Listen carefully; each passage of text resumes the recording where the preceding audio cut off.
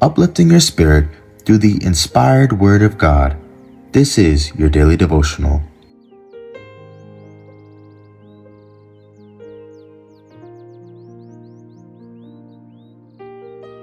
To be like Jesus. God's law is perfect. The law of the Lord is perfect, converting the soul.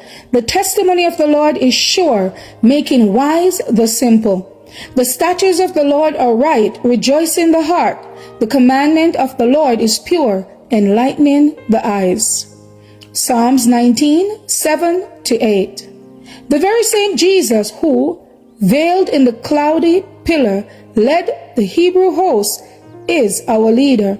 He who gave wise and righteous and good laws to Israel has spoken to us as verily as to them.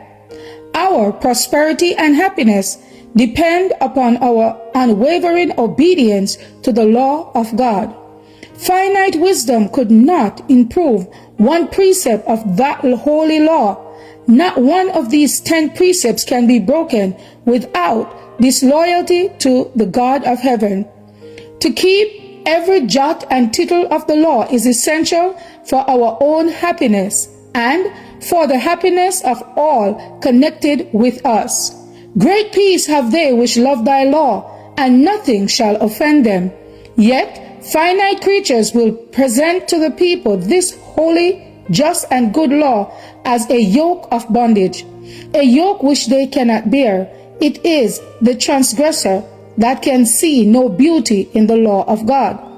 The whole world will be judged by this law. It reaches even to the intents and purpose of the heart and demands purity in the most secret thoughts, desires, and disposition.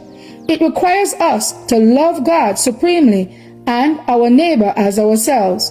Without the exercise of this love, the highest profession of faith is mere hypocrisy. God claims from every soul of the human family perfect obedience to his law. Whosoever shall keep the whole law and yet offend in one point, he is guilty of all. The least deviation from the law by neglect or willful transgression is sin, and every sin exposes the sinner to the wrath of God. The unrenewed heart will hate the restrictions of the law of God and will strive to throw off its holy claims. Our eternal welfare depends upon a proper understanding of the law of God, a deep conviction of its holy character, and a ready obedience to its requirements. Men and women must be convicted of sin before they will feel their need of Christ.